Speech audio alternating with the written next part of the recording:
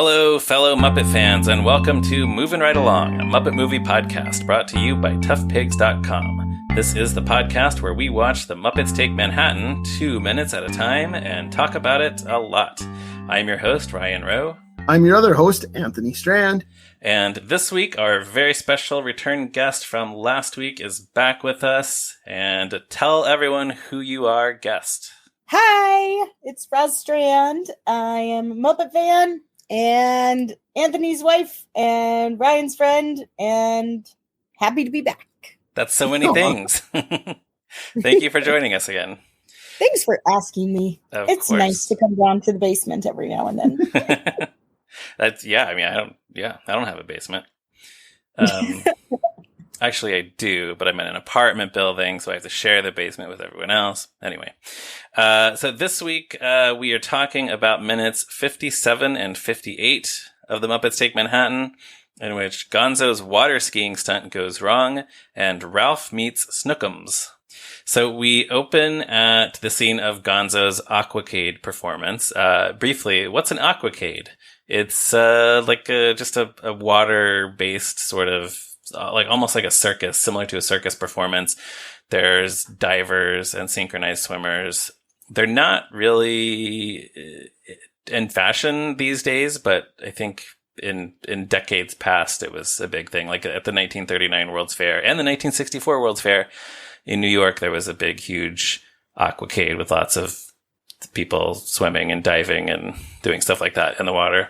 So that's what this is. Is this the first time you've gotten to talk about your pet obsession, World's Fairs, on the podcast? No, I think I mentioned the 64 World's Fair in a previous episode, but I don't remember why. Oh, okay. And you're into the World's Fairs. That is yes. A cool obsession. I like that. It's relatively recent that I'm sort of going into like nerd levels for it, but yeah, I'm very enthusiastic about it. I've never heard of an aquacade before, but the whole performances on water, that was big in Missouri and where I'm from in Branson. Yeah. Oh, sure. That means you sound like you're from Branson, which is hilarious. I'm not. Because you hate Branson. I do. I really despise Branson. I love Branson. You love Branson? Yes, I do. I love kitsch. So Branson, yeah, for people who might not know, is like a tourist town. There are all these theaters, like old country singers and performers who are all kind of past their prime, but they have their own theaters, and there's miniature golf and all kinds of stuff like that. It's yeah. It has like the smell of death to it. Oh, yeah. No. I've been there. I've taken family vacations there. My dad definitely was banned for life off of one of the go-kart tracks for bullying my brother with his go-kart. Sounds right. So not the best memories. I saw Yakov Smirnoff live. See, I think if my family went there twice, and I think if we had gone back a third time, we would have gotten around to Yakov Smirnoff. But I did see several shows there. You saw Rich Little, Muppet Show guest star. Yes, I saw Rich Little in Branson. Both of you shut your mouth. Can you imagine? I don't know, Roz. I don't know if you've read Dante's Inferno. I have, but if it was Rich Little is in Satan's mouth. If it was designed for you, if there was a circle designed for you, it would be Rich Little in Branson. Wow! Good gracious, that is the center of hell. I cannot imagine a worse place.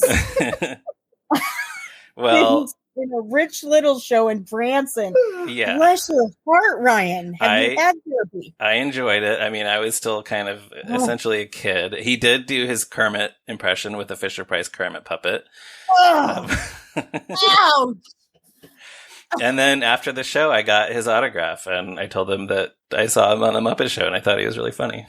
So, do you still have it? Can I burn it? No. I mean, I do still have it. It's at my parents' house somewhere in a closet, but I will pay you for it to destroy it. Well, anyway. Just consider it. If you ever need a little extra gas money or something, just let me know. Okay. I'll keep it in mind. Well, anyway, despite what Roz thinks, I think that Branson is a fun place to go.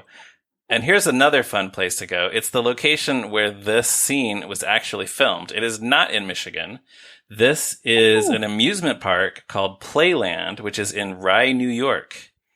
It's on Long Island Sound. It's a very old amusement park. It's been there since 1928. It's currently owned by, I think, either the state of New York or just like the local government.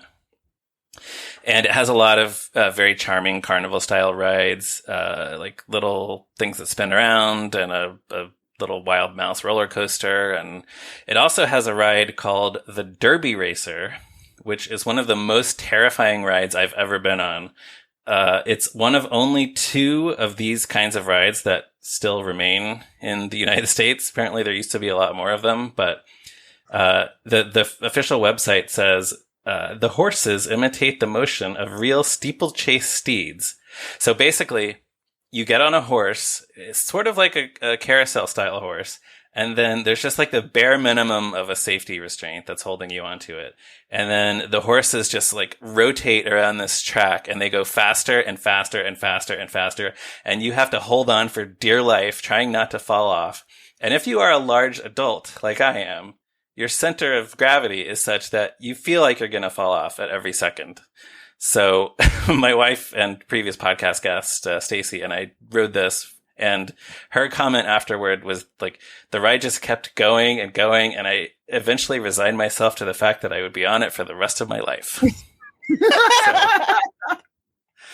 That I would be up for. That sounds like my kind of fun. Well, if you're ever in Rye, check it out at Playland. I will have to. That sounds like your nightmare, Anth. That sounds terrible. Yeah. Yeah. I know you. Yeah. Right. I know that you're not a thrill ride guy, so I don't think you would enjoy that one. No. I like a very mild ride. Yeah. I like to ride. I like to go on a bicycle at home. Yeah. You get nauseous watching me ride rides. It's true. That happens a lot. One time I got Dippin' Dots, and then I regretted it because I was watching you on a roller coaster. Yeah, and I was like, I did not throw up. I was begging people to let me be in the very front just so that I could wave to you as I like flip upside down. Mm-hmm. That did not go over well with you. I remember that. That was at what? Worlds of Fun in Kansas City. Kansas City. Oh man, and that's whenever I learned I will not be able to have our wedding at an amusement park. And we did not. We Spoiler, did we not did do that. Not be good for Anthony. Some couples get married on a roller coaster. I guess that was never on the table for you. No, we got married on the ground. It was that's sensible. You're worth about getting married on a roller coaster. Thank you. It also occurs to me that the Derby Racer was built probably in the 1920s when ideas about safety were a little bit different. So, right. So anyway, that's at Playland. Playland is also where they filmed the scene in Big, where Tom Hanks finds the second Zoltar machine that turns him back into a kid. Really? It's there on the boardwalk at Playland. But Playland also has this beautiful lake behind it, which is where they filmed this scene of Gonzo doing his aquacade act. If you go to Playland, you can take a boat ride around this very lake. So that's cool. So as we begin the actual scene here. What's that? Bucket list. Yeah. Playland, here I come. Yeah. So as we begin the actual scene, Gonzo is telling Kermit in his postcard that the aquacade is not like Broadway, but he's met some good-looking chickens, and they put together a terrific new act. Okay, let's talk about the fact. Let's talk about the fact that Gonzo is engaged in this movie. He is, yes, as we learned. He's writing Kermit a letter that's like, "Hey, you should see all these good-looking chickens. My fiance is equal to them." I just love the idea that Gonzo gets to a new town, and the first place that he goes is like the local coop. He's just like, I don't know anybody. You know of any chickens around here that might want to hang out? Yeah, Gonzo is not a good boyfriend, fiance, whatever. No, he's not. No. Yeah. He's a good whatever, but he's not a good boyfriend. You're right. Yes, he's good at being a whatever, but yeah, but also like he does he has this innate ability to bring out the musicality in chickens. You know, I don't normally, you never really think of chickens as like incredibly musical, but they are once they hang out with Muppets. And I think that Gonzo is a big part of that, you know? Yeah, okay. He just brings it out in them. He probably, was he involved in the Babyface number on the Muppet Show when the chickens sang Babyface? I don't think so. I don't think he's there. Yeah, I think that's the first thing I think of when I think about musical Muppet chickens, but maybe he's not actually there. I think of Camilla in the 2011 movie singing Forget You. Yeah, that's a good one. Mm-hmm. Iris and I can sing that entire thing. Yeah, that makes sense. That sounds right. Yeah, it's great. So an announcer introduces Gonzo, who is wearing this fantastic Daredevil costume. It's bright yellow and orange. He has goggles and streamers. They should make a toy of this. I don't think they ever have, but they should. He looks like a beacon of light. It's just so bright compared to everything else in the Aquacade. Well, I love how rundown the Aquacade is. Right, it's very drab. The audience is very sparse, and they're like nobody is very unenthusiastic. Yeah, and it makes sense. I mean, they only paid 50 cents to get in, and children under 6 are free, which is very generous. Yeah, so it's like 50 cents. What happens? Yeah. We're talking about Let's Get Small. Yeah, that's a reference to Let's Get Small. Steve Martin's stand-up album. But seriously, 50 cents to see. That's on the sign at the box office. Yeah, it's on the sign at the box office. Yeah. It says 50 cents, children under 6 are free. Wow. And so like, none of them are pleased. And it kind of looks like the couples, like one half of the couple maybe thought this would be a romantic idea, but also watch the chicken. They're cheap. And then the other half of the couple has no interest right. And is mad that the other person is cheap. Like everybody just looks like they're on a really bad, 14th anniversary trip. Just really disappointed in each other at this moment in the Aquacade. They should have gone to Branson. Yeah, exactly like Branson. See? I said they should have gone to Branson, though, instead of coming to see this Aquacade in Michigan. Yes. No. Awful. Well, Gonzo, though? It's and then Gonzo is just dressed to the nines. He's so into it. Yeah. He clashes with everything else. And there are even like random showgirls in the back that were probably doing, these stunts on water skis. And they're like uninterested. One of them is reading a book and like not paying attention. And even their costumes don't look as bright as his. Right. And they're showgirls on skis. And he is the fanciest one there for sure. I had never noticed that before. I had never really looked in the background. There's also a clown with a dog who's sitting just sitting there bored, like maybe their act already happened and they're just waiting for the show to be over. Yeah, I never noticed the clown. Yeah. That's funny. Yeah, it's some good background detail. I almost wonder if they originally filmed a little bit more of the Aquacade, or is this just to be background texture? I don't know. Those showgirls, there are quite a few of them. Yeah. So, yeah. I don't know. But it makes me wonder, is this... I guess Gonzo on the Muppet Show would do these weird stunts, and usually the audience was either hostile toward them or just sort of indifferent or neutral to them. So maybe that's kind of like what for a Gonzo thing to be funny to us, the real audience, maybe it has to be uninteresting to the fictional audience. Yeah. I guess so. Although, you know what this scene always reminded me of a little bit from the same year? The scene in This Is Spinal Tap, where they're like at a county fair and the marquee says Puppet Show Spinal Tap. And it's just like a very similarly like bored, sparse audience. Yeah. And they're like playing, I don't remember what it is, Sex Farm or something. And and like the audience is just like sitting there just bored, just like this. So I don't know if there's like something in the air in 1984 that like bored audiences at some outdoor funny venue was like the thing to do. Yeah, that's funny. People were just bored in 1984. Yeah, I guess so. It does seem like with the audience, how sparse it is, with the admission price, with Gonzo's costume, and the series of tricks that he has lined up, that I think that Gonzo is actually paying more to be seen than actually getting paid. Probably. That might be true. It's just the epitome of starving artist right there. This is what he does for his art. Yes. Yes. Yes. Yeah. So Gonzo says, and now for today's climactic act, look yonder. I will first make a death-defying leap from the loop-de-loop ramp, spinning and hurtling my body through the flaming circle of doom, and landing comfortably in the imitation leather easy chair, while my chickens do their impression of Tony Bennett singing the William Tell Overture.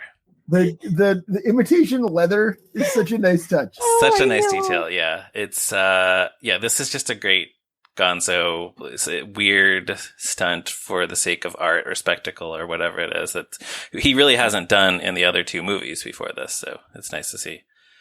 As far as I know, Tony Bennett has never performed the William Tell Overture.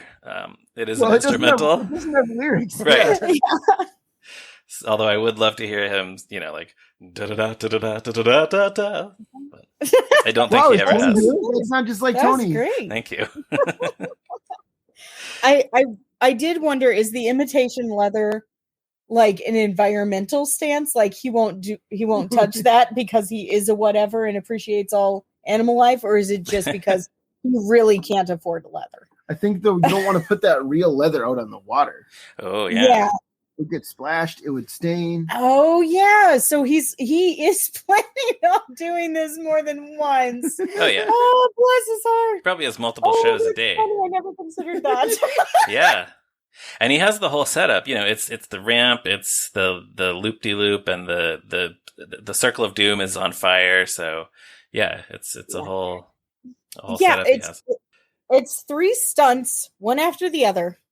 But Gonzo himself weighs 4 pounds soaking wet? Right. And he's expecting momentum to get him through all of these, which shows me this has never been tested. This is the first time? This is the absolute first time that he has ever even tried this. Yeah. He's just paid to get it set up and designed it. And he's like, my first time out, I'm going to go through it and it's going to go perfectly. He never rehearsed it. Yes, never rehearsed it, because if he had, he would know that it wouldn't work. Like, you need a cannon. Yeah. And he needs to wear ball bearing shoes. Nothing can get him through that.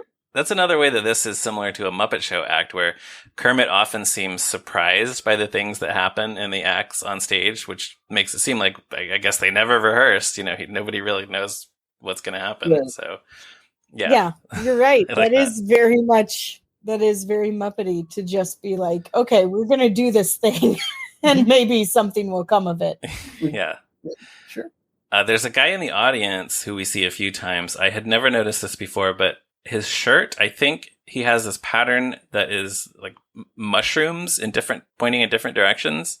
There's definitely a distinct pattern going on that shirt. I think it's mushrooms. Oh, I did not notice. That would fit the time, wouldn't it? Yeah, it would. Yeah. Yeah. I like the lady with the big hat. I don't like the lady. I like her big hat. I appreciate that hat. Oh, I don't know if I noticed the hat. How would you describe the hat? Like a extremely wide brimmed straw hat. And she's the one that I'm talking about whenever I say disappointed 14-year married couple. Oh yeah, she's the guy with the mushroom shirt. I mean the woman with the mushroom shirt guy. Yeah. So you and I are probably viewing it for the same reason. Did you want to buy the mushroom shirt? Because I wanted to buy that. Sure. I wouldn't be disappointed if somebody gave that to me for my birthday. Okay. Passing that on to Stacy. Yeah, good.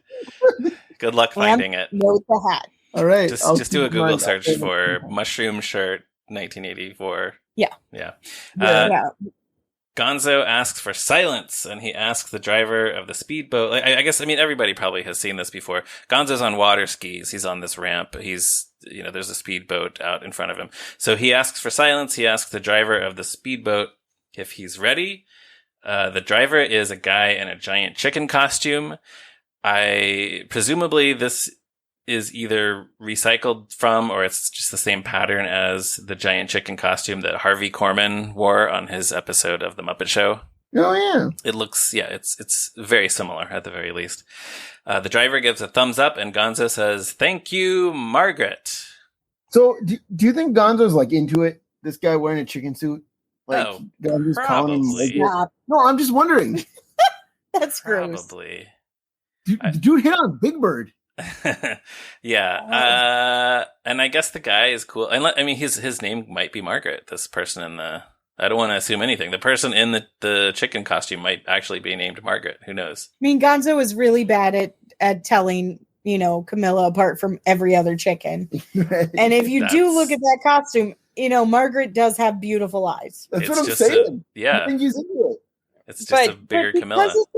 Pretty costume, maybe. Okay. It does look soft. Yeah. Yeah, it's fluffy. It's very fluffy. Yeah. It's high quality. Gonzo says, "Hit it, girls." Then they start singing the William Tell overture, the chickens. But then the wind blows and the streamers flip over onto Gonzo's, over his eyes, over his goggles. The driver goes full speed ahead. Gonzo goes flying off the ramp, but he's not attached to his water skis. He yells something. I think he says, "I forgot my skis." Possibly not my skis. Something like that. The point is... Why didn't he strap his skis? And I love it that two things go wrong, and one doesn't even matter. That's true. The streamers in his face, whenever I was growing up, I thought that's why it failed. Yeah. And it took me a while to realize he's not even attached to his skis. That is an excellent point. Yeah, the same thing would have happened even if the streamers hadn't covered his face. Well, and I feel like this would feel like an insult to Gonzo if he wasn't still so enthusiastic about it. I feel like Gonzo on the Muppet Show, he's not incompetent. His acts are dumb, but he knows how to do them. Yeah. But in this one, he doesn't know how to put skis on. He can't put skis on. But he's still so excited about it that it's fine. It still feels like Gonzo. Well, and also Margaret just takes off. Yeah, Margaret doesn't care. Margaret is not. I don't think that Margaret was ever planning on running the correct route. Margaret might not hear Gonzo screaming. I don't know. It's pretty loud with all those chickens singing. He goes right through the plans, and then my favorite part, the hoop of fire just falls into the water. Yeah, that's such a... Margaret has no intention of helping him complete this. He gives him the thumbs up, and he's just like, "Yeah, I'm going to drive around the lake now." Right. The boat is dragging Gonzo through the water. Everything's gone wrong.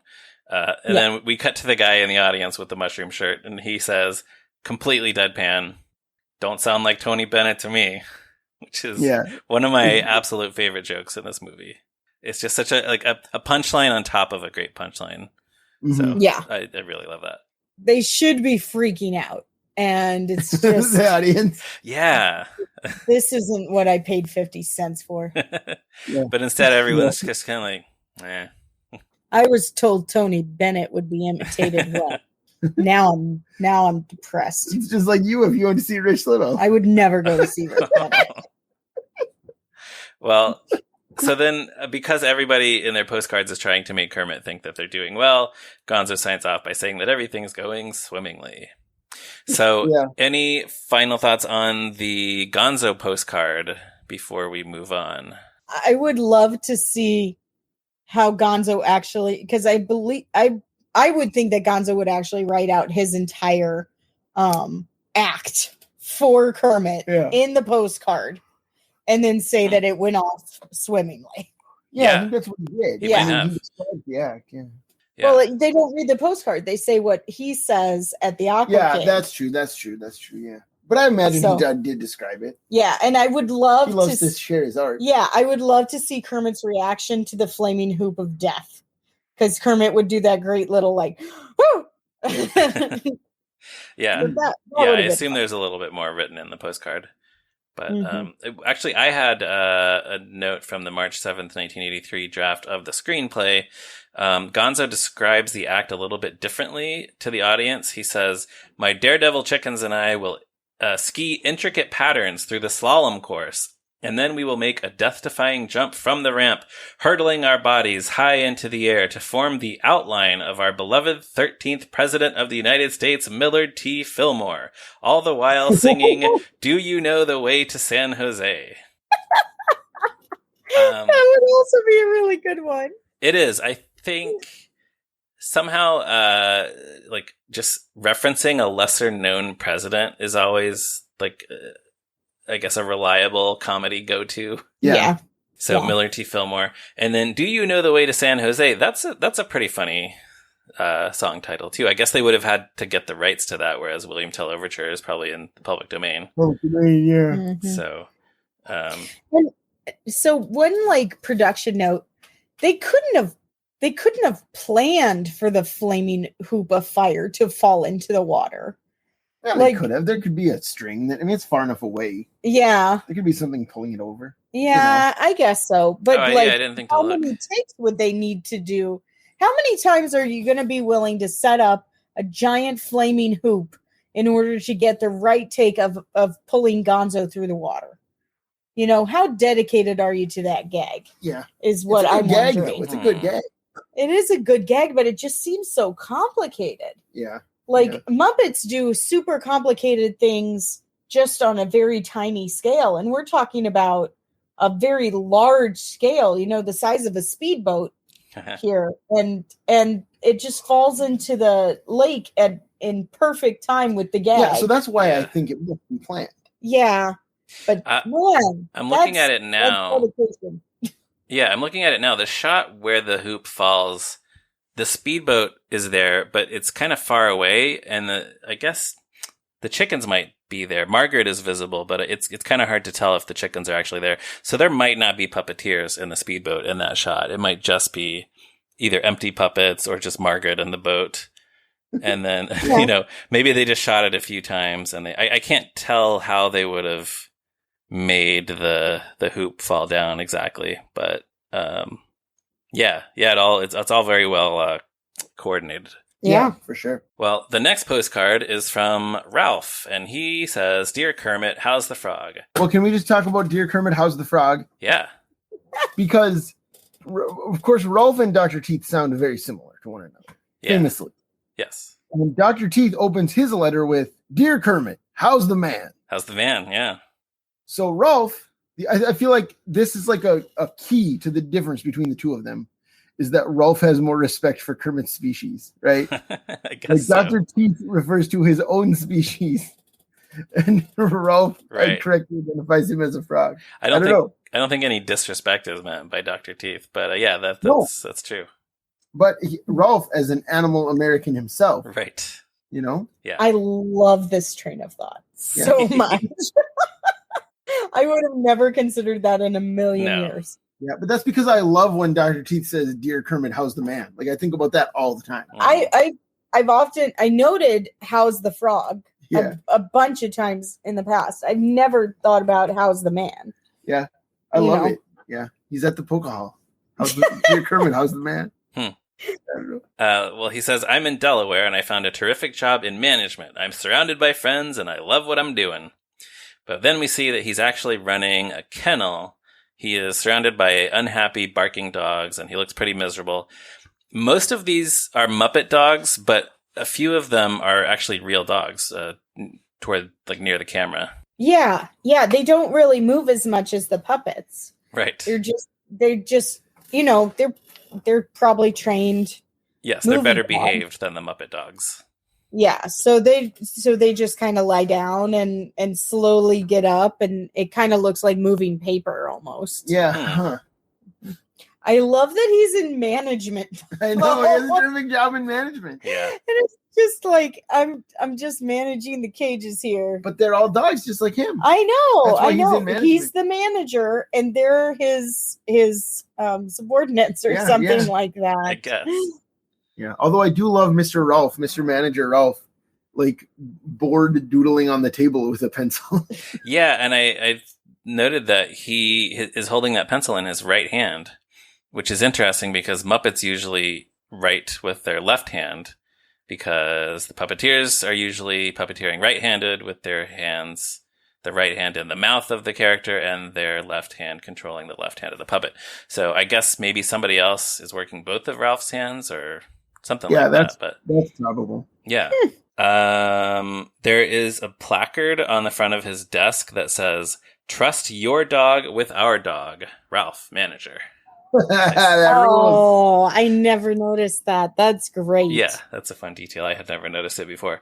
Then a customer comes in, and this is James Coco.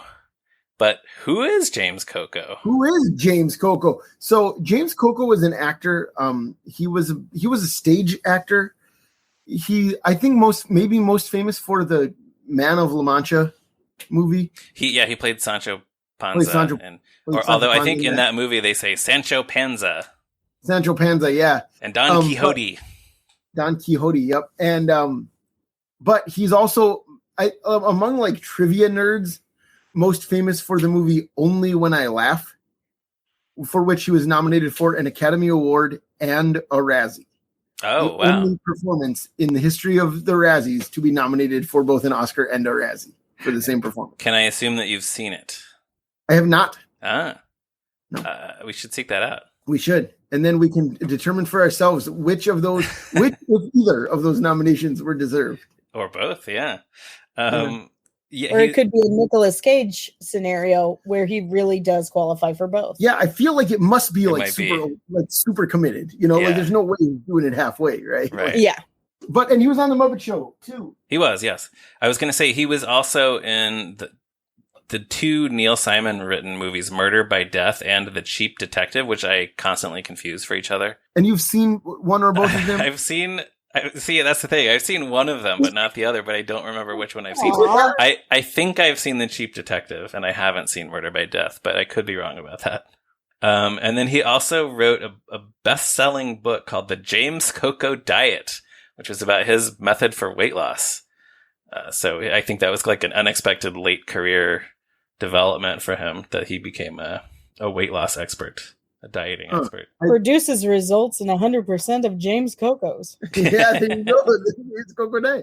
I was going to say about the Muppet Show. He's our third Muppet Show guest star in this movie, which I meant to keep track of.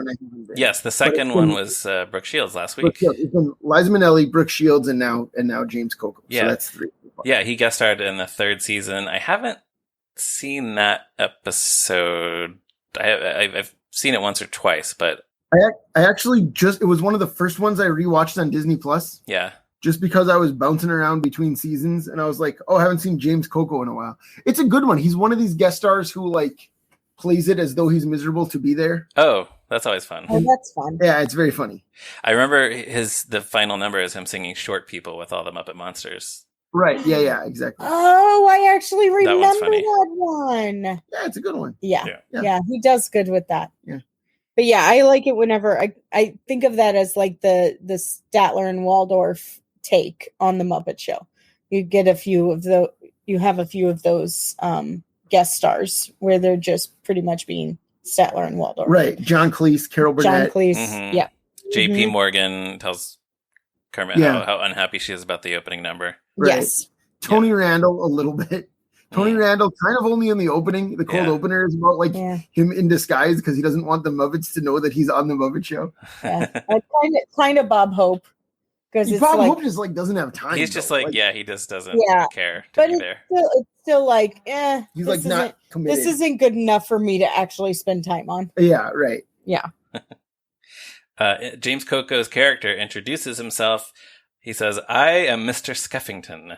One of my secretaries made a reservation for the weekend in the name of Snookums." Now, Mr. Skeffington is the title of a movie.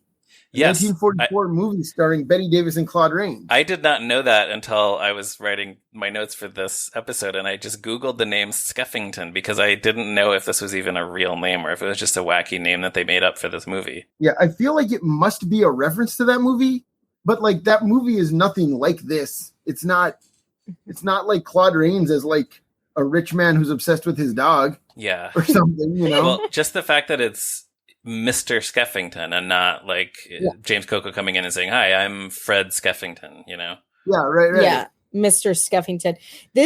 He speaks exactly the way that kindergartners think rich people speak. Yeah. It's just like, I always refer to myself as Mr. and one of my secretaries. Yeah, I have many. Right. Well, which we talked about earlier with Kermit's reservation secretary when he goes to Sardi's. My reservation secretary made a reservation. Yeah, it's like multiple secretaries is such a upward view on the wealthy. Yeah, it's just like, oh, you must have a dozen secretaries. Sure.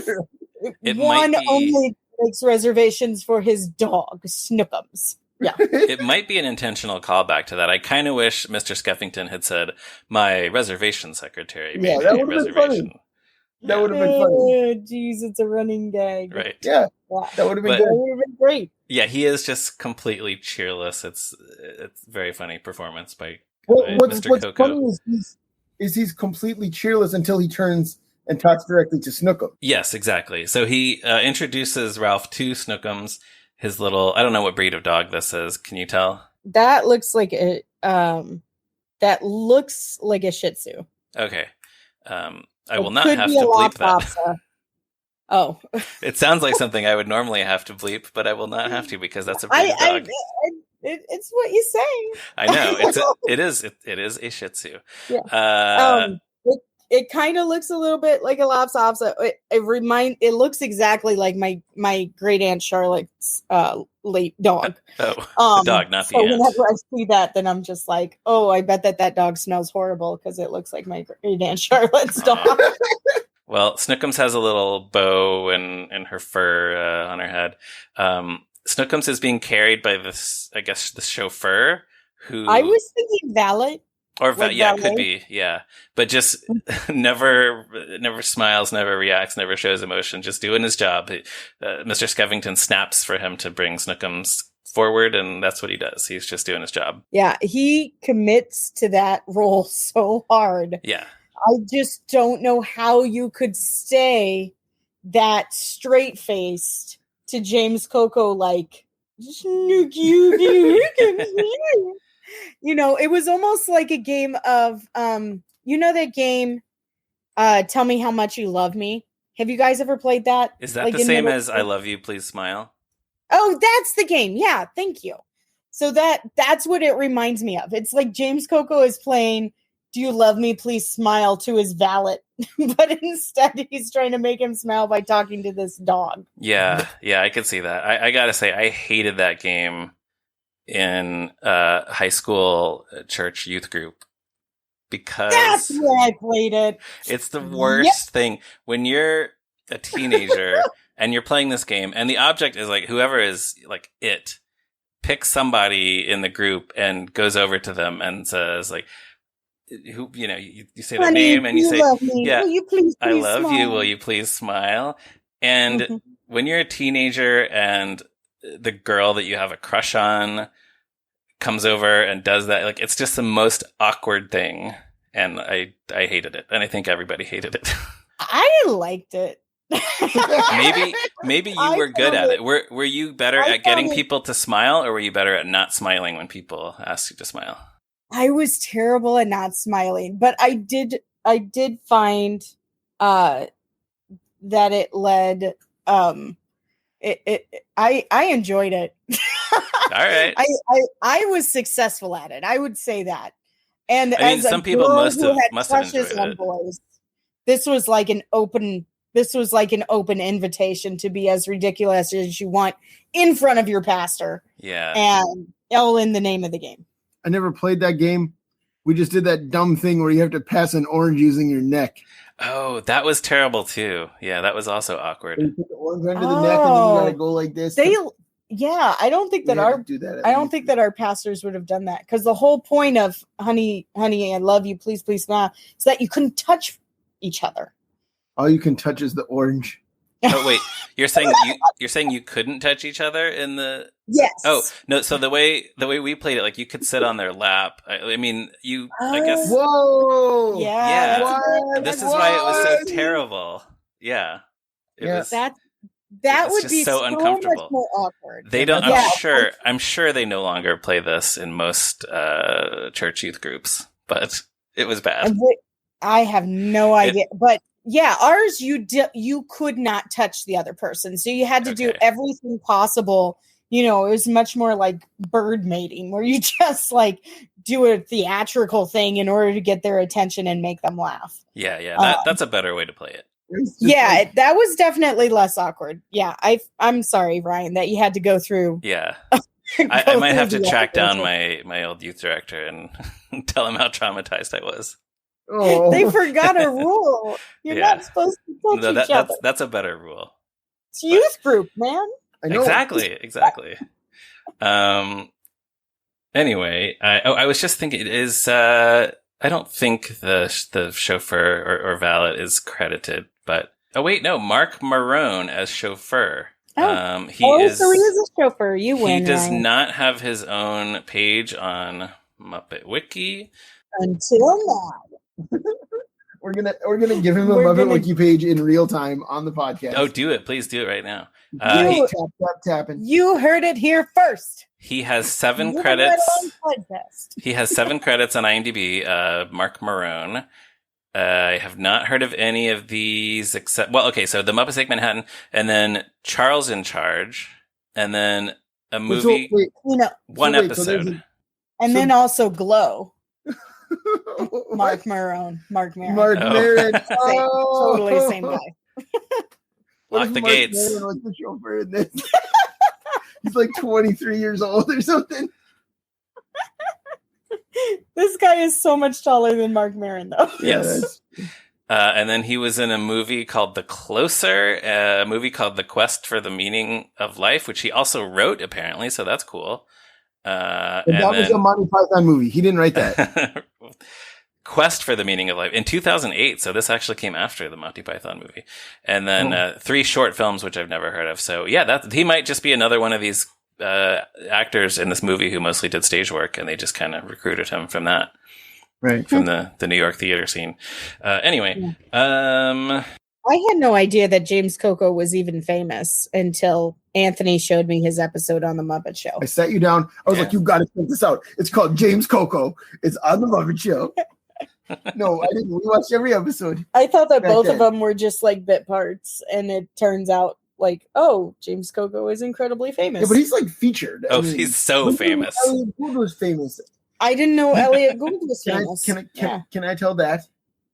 I don't have any clue what you're about to tell, but go ahead. You told me that when you were young, you thought Elliot Gould in this movie and in the Muppet movie was just like a random guy who like later on gained fame as Ross and Monica's dad. Yeah, I thought that was his first famous role. Yeah, that it's like, did you know that Jack Geller was in these 2 Muppet movies before he was famous? I can see this. Right? That's true. This appearance is so brief. I could see this as being a before they were stars, like just some guy they hired to play the cop in a scene, and then later he became more famous. That's not impossible. Yeah, he doesn't do much in this movie, right? Yeah, and it's just enough where it just seems like, this struggling actor just got this bit part, and then yes, he made it. Friends, right? He's the dad on Friends. He's set for life. Yeah, 10 seasons of Jack Geller. So yeah, when James Coco starts talking, or Mr. Skeffington starts talking to his dog, this is when he drops the business-like demeanor. He says, "Daddy wants his little Snookums to be especially good this weekend while Daddy is gone." And then that's essentially where this clip cuts off. So he'll finish that next week. The only other thing I have is that in the March 7th, 1983 draft of the screenplay, this was not just a male customer. It was a man and a woman, a couple who bring Snookums in. And it does indicate that they're cameos. So I wonder if they were planning this for a celebrity couple of the time. I don't know who that might be when this came out, but That would have been interesting. It was going to be Bert and Lonnie. That absolutely would work here. Yeah. That would have worked really well. It would have. Yeah. And they would be funny. Yeah. Yeah. There you go. Now I'm mad that James Coco's in it. Yeah. like, I wanted Burt Reynolds. I wanted Lonnie Anderson. I wanted True Love represented. True Love, Burt Reynolds and Lonnie Anderson. Well, James Coco is very good in this. So, yes, any final thoughts about this clip? Roz, starting with you. The clip just gets better from there. I mean, you want to talk about the rest of the scene? The Wall Street Journal or something? Oh, I know, but I don't want to take it away from the next guest. All right, that's neighborly of you. Yeah, sure. I will if you let me, but it'll be fine. It's fine. It's fine. Roz, our audience has seen this movie. That's true. Well, I do like he's speaking to Snookums, who's a Shih Tzu, and then whenever Rowlf says you speak Chinese like a native, that's one of those Muppet jokes that just lands for every age. Mm-hmm. Because as a kid, then you're just like, where did that come from? What do you mean Chinese? That's not Chinese. I know what Chinese sounds like, and that's not Chinese. And Rowlf, you're funny. And then as an adult, then you're just like, as an 11-year-old, you go through the phase where you're just laughing at the word Shih Tzu. And then a word that is not in this movie. Go on. I know, but you discover that that's what it is. And then you're just like, ha ha ha. And then, okay, maybe that was just me. And then as an adult, then don't get me started on shiitake mushrooms. And then you get to be an adult, and then you realize like why he's saying that that's Chinese is because of the species of the dog. So everybody's laughing at this joke for me, just because I appreciated it at different levels. So that's my favorite part. Yeah. Awesome. Cool. Anthony, anything else? No, I have nothing. All right. So in that case, nothing. Tra-la-la. Yeah. See, I wondered if that's what you were going for. Yeah. Okay. So then with that, we can wrap things up for this week. Hey, everyone, make sure you check out toughpigs.com on the internet, Facebook, Twitter, and all of those places. Our logo is by Morgan Davy. Our theme music is by Stacey Rosen. Thanks to both of them.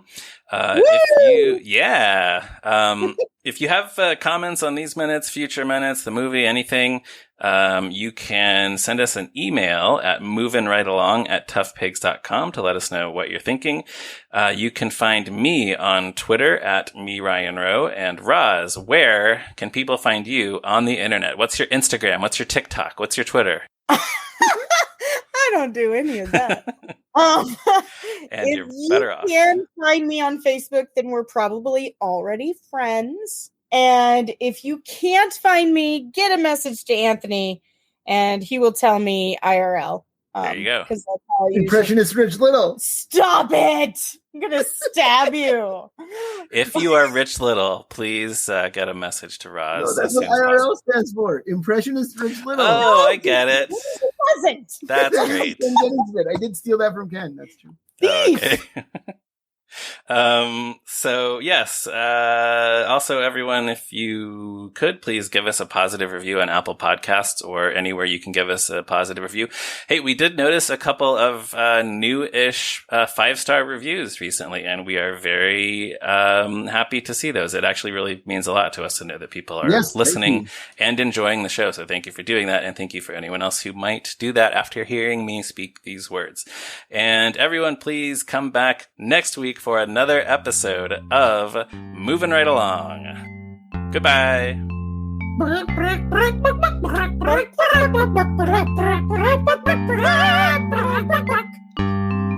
Didn't sound like Tony Bennett, Anthony.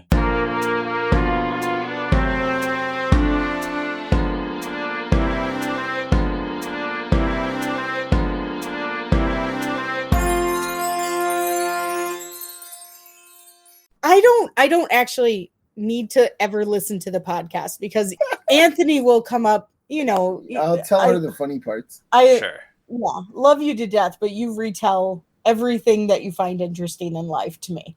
So I don't actually need to watch the podcast because I know that he's going to tell me all the bits that I'm going to like. So yeah, I can't tell how much of his lines you leave or cut out or whatever. I haven't said anything on the podcast since Muppets Go Hollywood. Yeah, I just cut and paste his lines from previous episodes. Yeah. Pretty soon you're gonna have an entire machine of it, and then you'll no longer need him. Just Anthony going, yeah, no, I don't think so, yeah, and then laughing. It's just like me going, yeah, Dom DeLuise. Right.